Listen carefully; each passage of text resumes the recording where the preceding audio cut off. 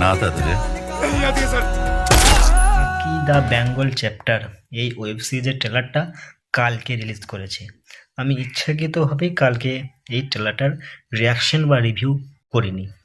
এবারে আমাদের রোজা চলছে, তো আমি রোজা রেখেছি, তো খুব আলিশ লাগলো, আলোচনী লাগলো, এই কারণে কালকে আমি আর করিনি রিভিউ। তো আজকে করছি। দেখুন, এই ট্রেলারটা অসাধারণ একটা ট্রেলার।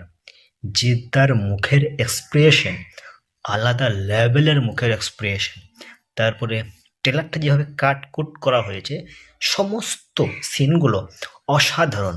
আর সব থেকে মারাত্মক যাকে লাগছে সেটা হলো প্রসেনজিৎ চ্যাটার্জি, ভিলেনের চরিত্র রোল প্লে করছে। তো খুব সুন্দর লাগছে ট্রেলারটা। আর লালবাজারের কিছু অংশ তুলে ধরা হয়েছে এখানে। তো বুঝতে পারছেন তো লালবাজার কেমন জায়গা আমাদের কলকাতার, মানে ওই জায়গাটাকে তুলে ধরা হয়েছে। ওই জায়গাটা সিন কিছুটা আছে এই ট্রেলারে। তো যাই হোক, মেন বিষয় হচ্ছে জিদ্দাকেও কিন্তু অসাধারণ লাগছে।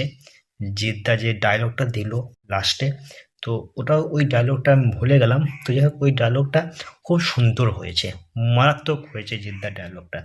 আর ট্রেলারটা খুব সুন্দর হয়েছে। আর এই ওয়েব সিরিজটা খাকি দ্য বেঙ্গল চ্যাপ্টার 20শে মার্চ মানে রিলিজ করবে নেটফ্লিক্সে, মানে 20 তারিখে, এই মাসেই 20 তারিখে রিলিজ করবে নেটফ্লিক্সে। 20 March Khakee the Bengal chapter আসছে।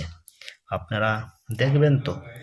আপনারা যদি না দেখেন সেটা আপনাদের বিষয়, কিন্তু আমি দেখব। তার কারণ জিদ্দার বিশাল বড় ভক্ত, তো আমি দেখব এই ওয়েব সিরিজটা।